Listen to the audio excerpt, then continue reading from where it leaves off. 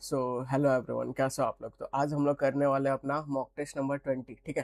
तो इससे पहले हम लोग भाई बहुत ज़्यादा कर चुके हैं, बहुत ज़्यादा हम लोग अप्रोच भी सीखे। ठीक है, बिल्कुल नया नया कि अगर आए तब भी कैसे उड़ाओगे, नहीं आएगा तब भी कैसे करोगे। ठीक है। तो आज अपन 20 करने वाले हैं। तो आज का अपना मोटिवेशनल लाइन क्या है?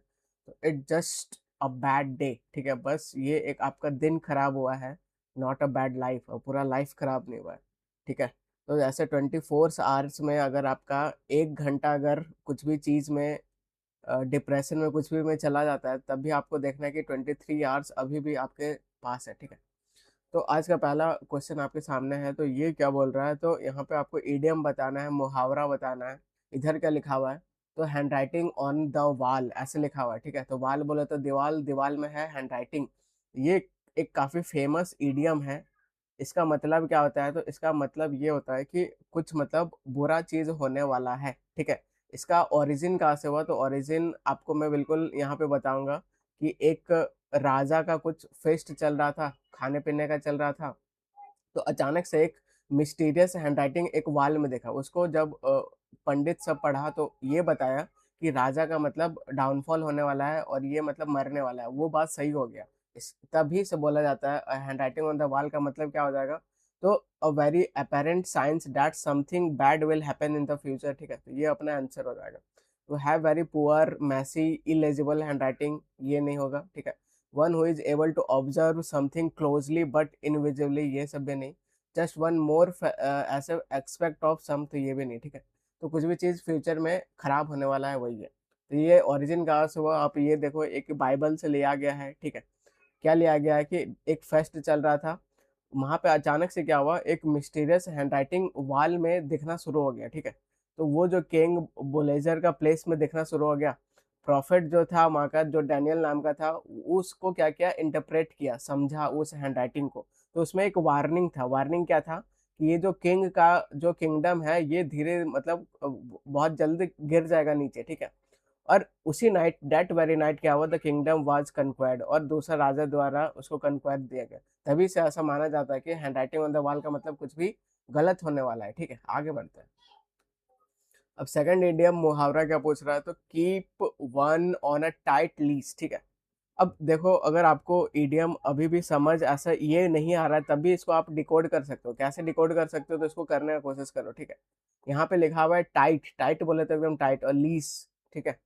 तो keep one on the tight list का मतलब क्या हो जाएगा? बुद्धि लगाने की कोशिश करो, कुछ यहाँ पे टाइट से रिलेटेड आएगा। ठीक है। तो keep one's plan intention information secret, यहाँ सीक्रेट उक्रेट नहीं रखेगा। To continue inform someone doubt about so that they have current information. To allow one very much independence और ऑटोनॉमी। ठीक है।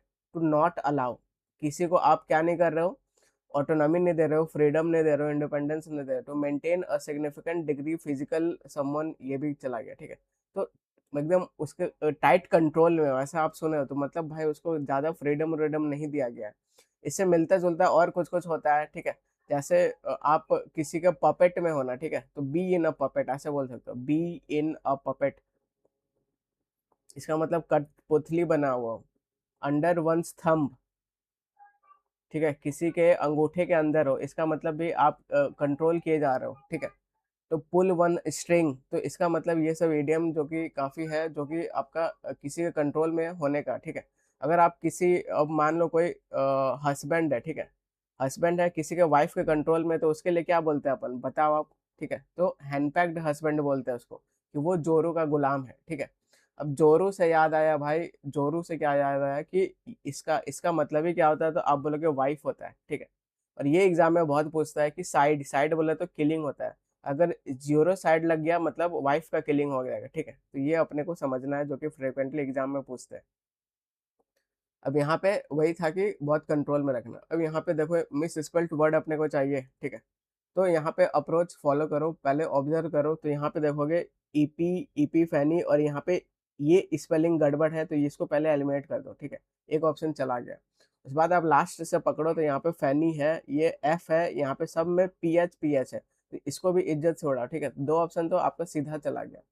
अब यहाँ पे देखो, ये और ये में ज्यादा आपको बेस्ट कौन सा लग रहा है? तो आप बोलोगे पहला वाला लग रहा है, आंसर आ गया, कुछ नहीं करना है। ठीक है, आगे बढ़ते हैं।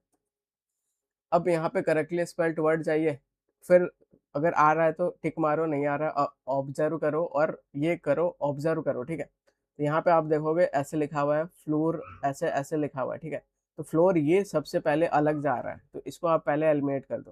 उसके बाद आप लास्ट से देखो तो यहाँ पे आर ई है, आर ई है, आर ई है, ठीक है। उसके बाद यहाँ पे एस सी है, एस ई है, यहाँ सी वाला एलिमिनेट हो रहा है, ठीक है। तो इसको भी आप एलिमिनेट करो।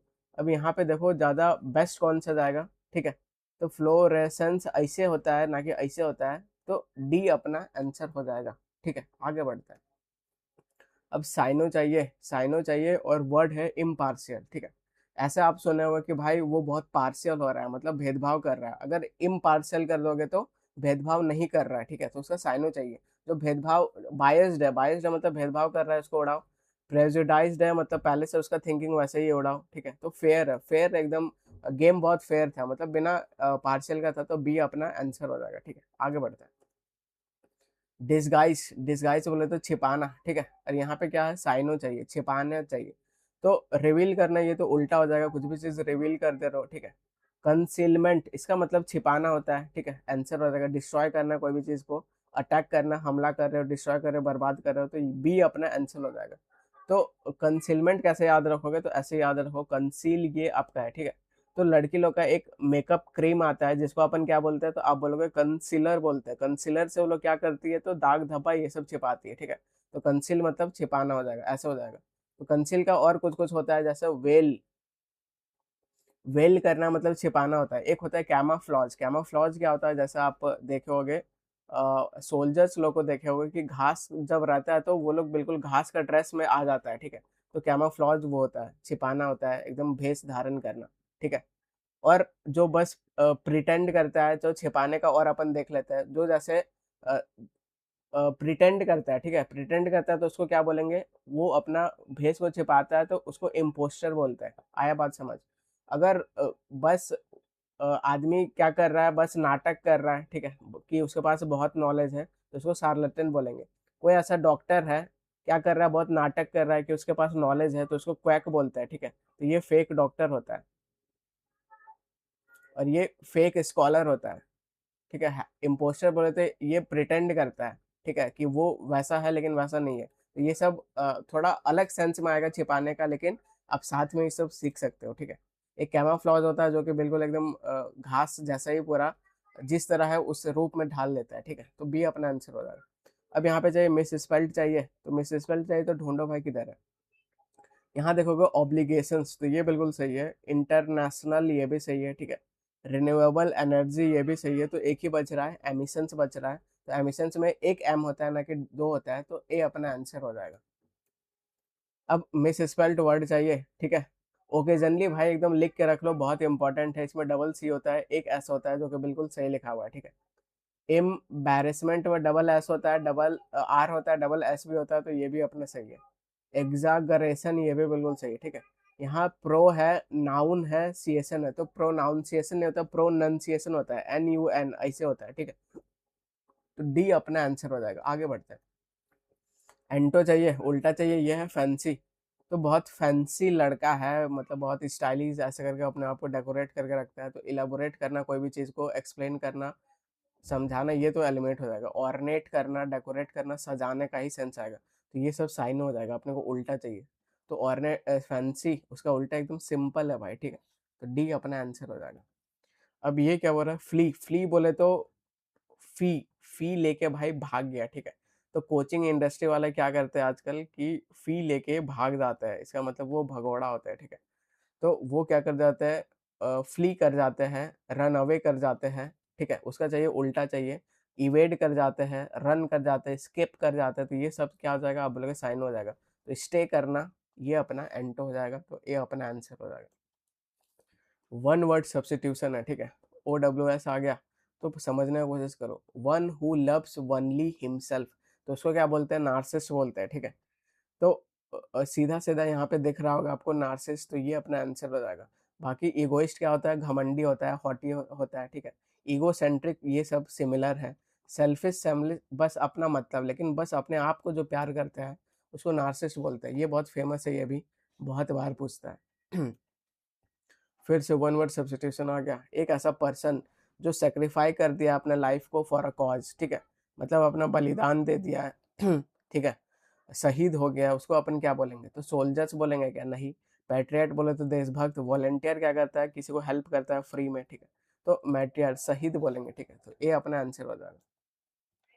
करेक्ट प्रपोजिशन चाहिए, ठीक है, तो यहाँ पे इन ऑन ऐसे लिखा हुआ है, पहले कॉन्टेक्स्ट समझो। नेपोलियन बोनापार्टे इसका नाम है, वाज मैरूंड, ये क्या होता है? तो मैरूंड बोले तो आपको कहीं अकेला कोई आइसोलेट छोड़ दिया है, ठीक है। मैरूड डैश द आइलैंड ऑफ एलिबा, तो एलिबा आइलैंड में, टापू में उसको अकेला छोड़ दिया। तो यहाँ पे अपने को क्या चाहिए? एक ऐसा प्रपोजिशन चाहिए। तो यहाँ पे थोड़ा आपको सीखना है, क्या सीखना है? ये जो आइलैंड वाइलैंड के लिए जो अपन प्रपोजिशन यूज करते हैं वो क्या यूज करते हैं, ठीक है, तो ये ऑन हमेशा यूज होता है आइलैंड के लिए। जैसे ऑन एन आइलैंड आप बोलोगे, ऑन एन आइलैंड ऑफ एलिबा बोलोगे, ऑन श्रीलंका, श्रीलंका भी एक आइलैंड है, ठीक है, ऑन अंडमान एंड निकोबार।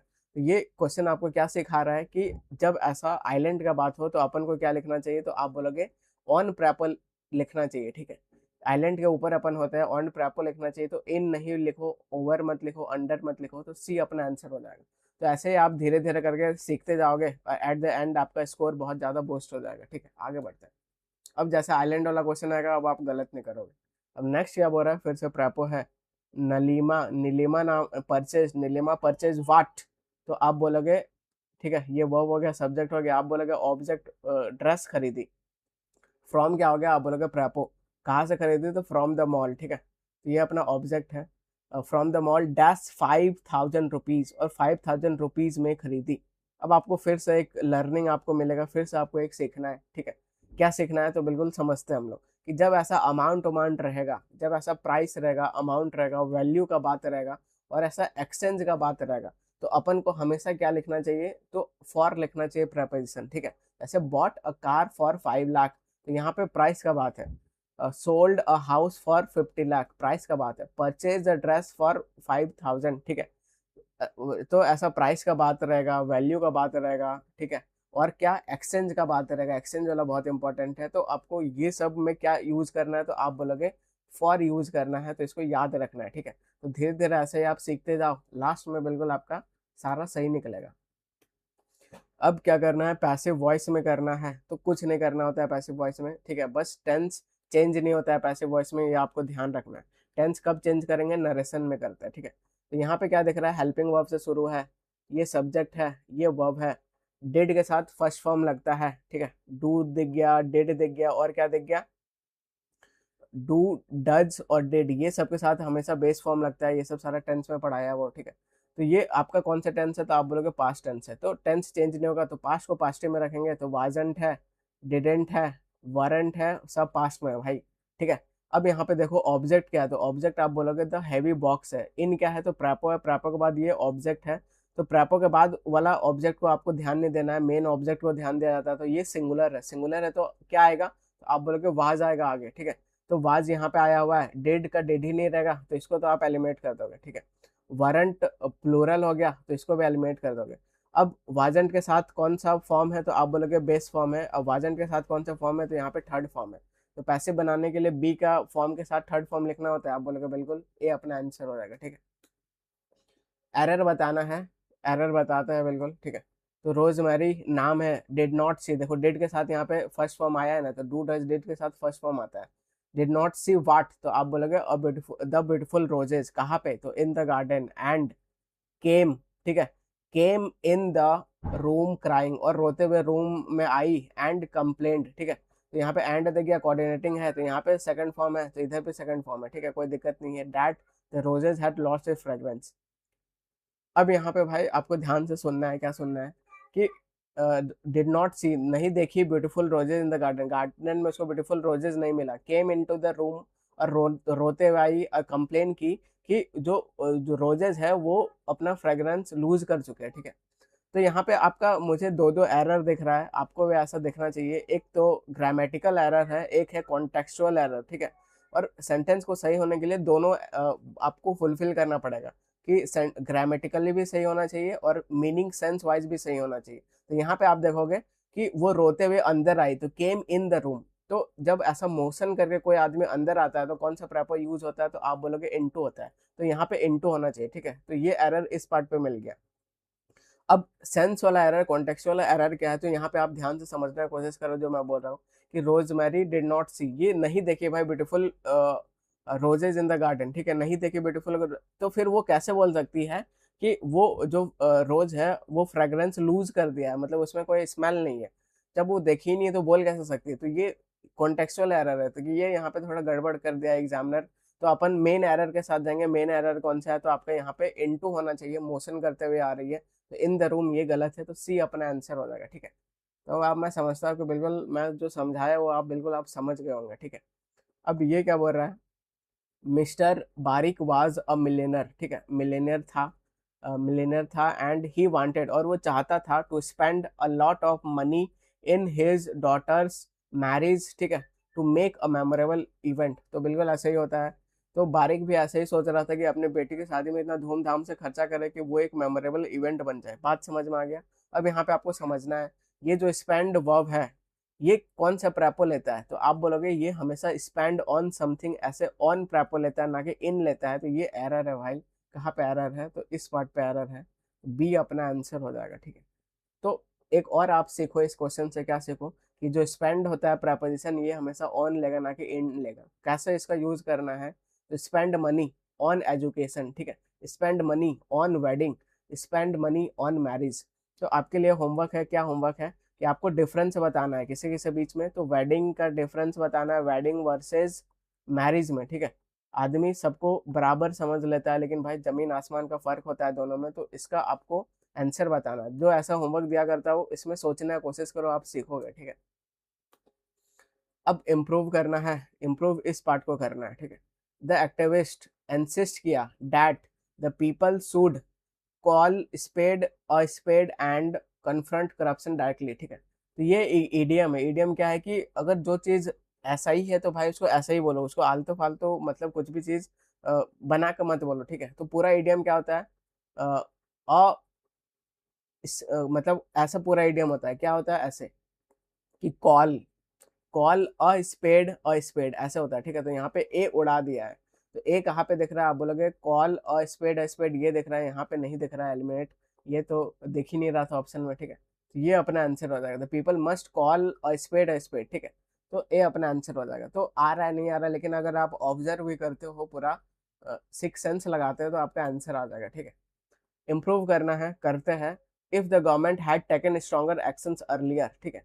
ये क्वेश्चन करने के लिए आपको थर्ड कंडीशनल अगर आप पढ़े होंगे तो ये कॉन्सेप्ट वो लगेगा, ठीक है, कि इफ के साथ हैड टेकन, हैड और थर्ड फॉर्म मतलब हेल्पिंग वर्ब में थर्ड फॉर्म लगेगा, ठीक है।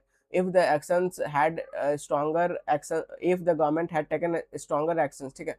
तो अगर ऐसा किया होता तो क्या होता था, कंपनी वुड हैव बीन, तो इधर हैड और थर्ड फॉर्म लगेगा, इधर वुड हैव और आगे थर्ड फॉर्म लगता है, ठीक है। तो ये अपना स्ट्रक्चर ऐसे चलता है। तो ये बिल्कुल सही स्ट्रक्चर है, सही स्ट्रक्चर है, तो ऐसे ये सारा गलत है, तो डी अपना आंसर हो जाएगा। अब जिसको समझ नहीं आया बिल्कुल मैं आपको समझाने का कोशिश करता हूँ, ठीक है। तो तीन तरह का कंडीशनल होता है, एक चौथा कंडीशनल भी होता है जिसको अपन बोलते हैं जीरो कंडीशनल, ठीक है। तो अभी क्वेश्चन किससे आया, तो आप बोलोगे इससे आया कि इफ आई हैड वन, तो हैड के साथ थर्ड फॉर्म लिखोगे, और वुड के साथ मॉडल होता है तो वुड हैव, और यहाँ पे थर्ड फॉर्म ऐसे लिखा जाता है, ठीक है। कि अगर मैंने लॉटरी जीती होती तो मैं क्या करता, तो मैं रोल्स रॉयस खरीद लिया होता। अभी सब ऐसा है नहीं, लेकिन ऐसा सारा इमेजिनेशन है, ठीक है। तो ऐसा बात है, तो यहाँ पे हैड और थर्ड फॉर्म चाहिए होता है, यहाँ पे वुड हैव के साथ आगे थर्ड फॉर्म लिखना होता है।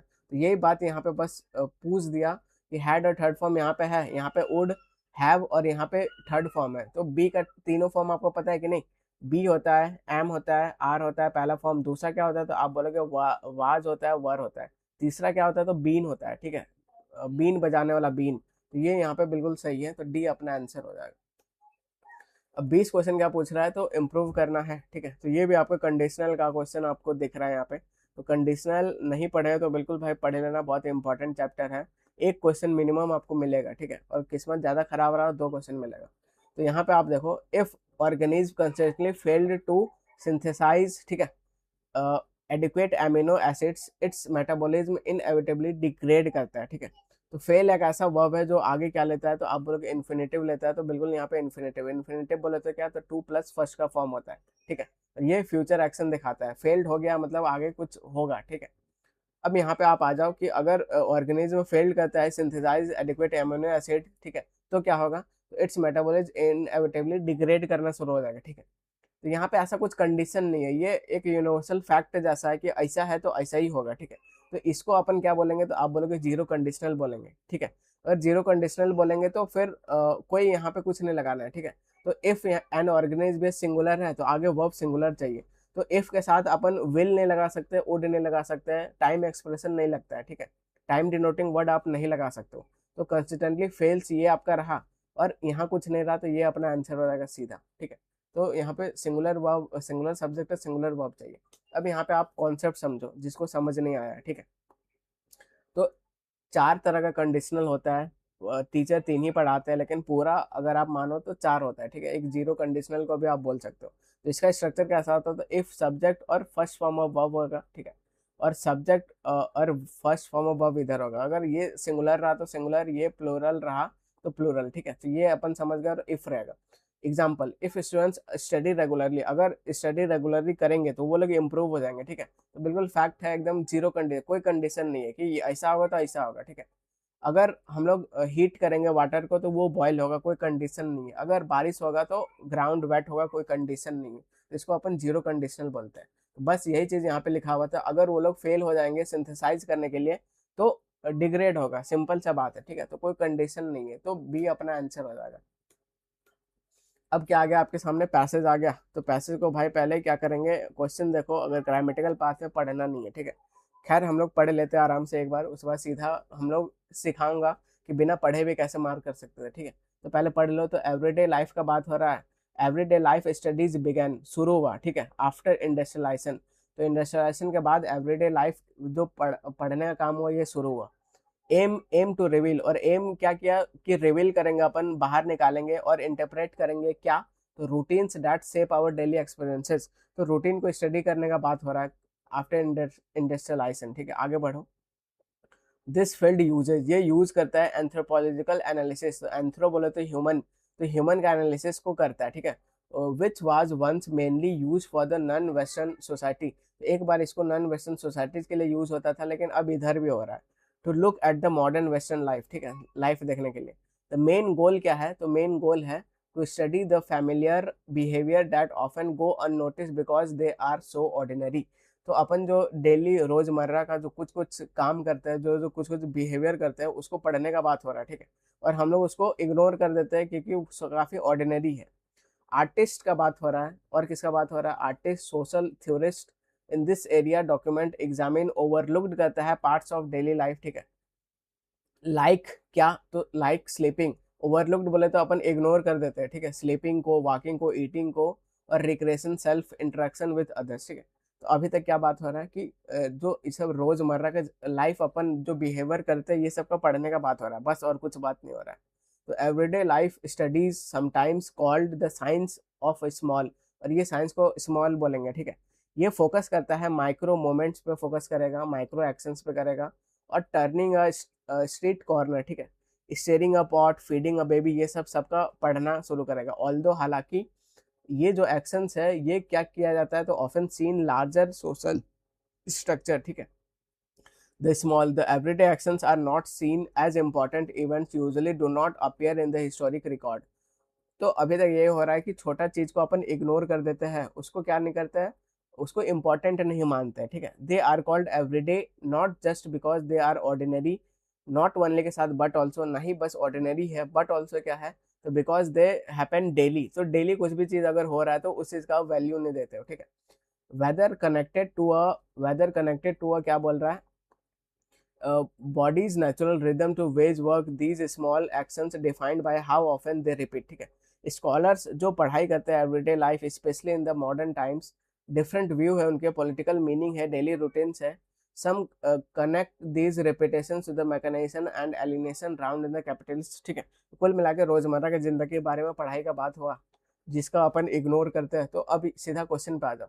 तो everyday life study apply anthropological method to the ordinary routines of modern society, ठीक है।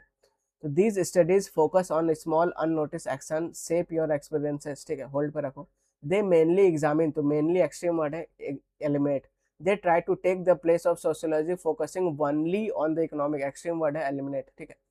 दे स्टडी वनली, भाई खत्म हो गया क्वेश्चन, ठीक है, पढ़ना ही नहीं था, अगर नहीं भी पढ़ते तो इसको आंसर मार कर देते। तो इतना पैसेज आपको करवाया हो कि इतना लेवल का कॉन्फिडेंस आपको आ जाना चाहिए, ठीक है। और ये सब स्मार्ट स्ट्रेटेजी आप इसको बोलोगे, ठीक है। आगे बढ़ते हैं, 21 नंबर पे आ जाओ। The field is sometimes called the science of small, ठीक है। साइंस स्मॉल क्यों बोला जाता है? Because it attends closely to the repeated micro moments, ऐसा बात हो रहा है, ठीक है। The field is sometimes called the science of small because it attends closely to the repeated micro moments, ठीक है। पूरा एज इट इज लिख दिया। They concentrate on the rare behaviour only in the unusual situation, हटा दो। It highlights, tiny चीज को highlight करता है, रिपीटेड एक्शंस लाइक स्टेरिंग, इसका बात हो रहा था, ठीक है। Documents historic events that already examine, तो ये भी एलिमेंट हो जाएगा, सी अपना आंसर हो जाएगा, ठीक है। आगे बढ़ते हैं। अब यहाँ पे नेक्स्ट क्या बोल रहा है, 23 नंबर, प्राइमरी रीजन क्या है? Everyday routines frequently documented historical record के बारे में, ठीक है। तो everyday habits usually occur in the personal private space which makes them less visible, therefore less likely to be recorded, ठीक है। इसको थोड़ा होल्ड पे रखते हैं, आगे पढ़ो। गवर्नमेंट ऑफन लिमिट, लिमिट कर दो, ये नेगेटिव वर्ड है, गवर्नमेंट लिमिट नहीं करेगा। They are not regarded as crucial event that merit documentation, ठीक है। तो इसको इंपॉर्टेंट अपन नहीं मानते, ये बोल रहा था, तो इसको होल्ड पे रखते हैं। दिस डेली रूटीन्स में समटाइम्स कॉन्फ्लिक्ट करता है विद द प्रेविलिंग पॉलिटिकल नैरेटिव, ये सब फालतू बात नहीं कर रहा था, ठीक है। सी अपना आंसर हो जाएगा, इसको अपन इंपॉर्टेंट नहीं मानते हैं। अब 24 नंबर क्या बोल रहा है, what makes an action every day according to the passage. तो एवरीडे क्या बोल रहा है? Its uniqueness and relative with the person's daily experience, इसका तो बिल्कुल नहीं। Its performance is only during the public rituals, नहीं। Its requirement for the specialised culture professional, specialised culture, ऐसा तो कुछ बात नहीं हो रहा है।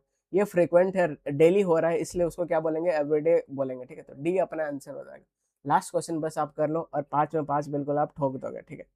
लास्ट क्वेश्चन क्या बोल रहा है, in what ways scholars interpret करता है political significance of daily repetition, ठीक है।